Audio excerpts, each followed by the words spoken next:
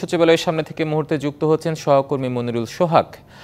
সোহাগ, এর আগের সংবাদে আপনি যেমনটি জানিয়েছিলেন সেখানকার সার্বিক পরিস্থিতি তুলে ধরেছেন। আর একটি বিষয় যেটি জানার ছিল, সেখানে একটি ফটক দিয়ে কার্ড দেখে দেখে কর্মকর্তা কর্মচারীদেরকে সেখানে ঢুকানো হয়েছে এবং কিছু কিছু কর্মকর্তা কর্মচারী আমাদের আর বেশ কিছু সহকর্মীর সাথে কথা বলার তাদের সাথে সুযোগ হয়েছিল। আপনার সাথে কারো কথা বলার সুযোগ হয়েছে কিনা, তাদের প্রতিক্রিয়া জানার সুযোগ হয়েছে কিনা?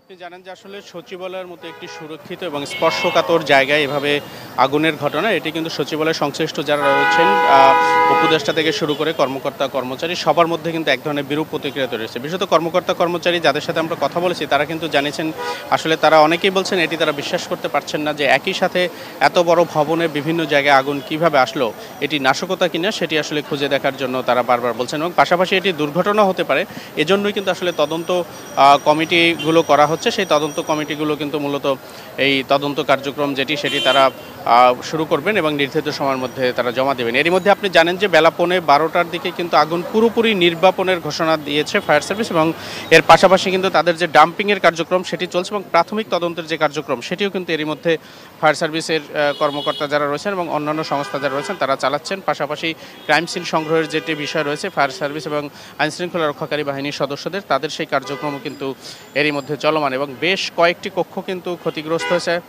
আগুনে, যেটি আপনি জানেন। তবে সবচেয়ে গুরুত্বের বিষয় এসেছে এটি আসলে কোনো দুর্ঘটনা নাকি নাশকতা, সেই বিষয়টি যাতে সঠিকভাবে তদন্ত উঠে আসে এবং এর জন্য কিন্তু ফায়ার সার্ভিস থেকে শুরু করে সচিবালয় এবং পাশাপাশি আইনশৃঙ্খলা রক্ষাকারী বাহিনী বিভিন্ন সংস্থা তারাও কিন্তু আসলে ছায়া তদন্তের কার্যক্রম চালাবে। নিশ্চয়ই তদন্ত শেষ হওয়ার আগে এই বিষয়টি সে সম্পর্কে আসলে পরিষ্কার কিছু বোঝার বা বলার সুযোগ নেই। নিশ্চয়ই সেই তদন্ত প্রতিবেদনগুলো যখন জানা যাবে বা এই আগুনের পিছনে যে কারণ সেটি সম্পর্কে যখন পরিষ্কার ধারণা আসবে তখনই আসলে এটি কি কারণে ঘটেছে, কিভাবে ঘটেছে সেই বিষয়টি আসবে। তবে বিষয়টি অধিকতর তদন্ত সাপেক্ষ হয়তো তারপরে হয়তো পুরো বিষয়টি জানা যাবে। সোহাগ, আপনাকে ধন্যবাদ আমার সাথে যুক্ত হওয়ার জন্য।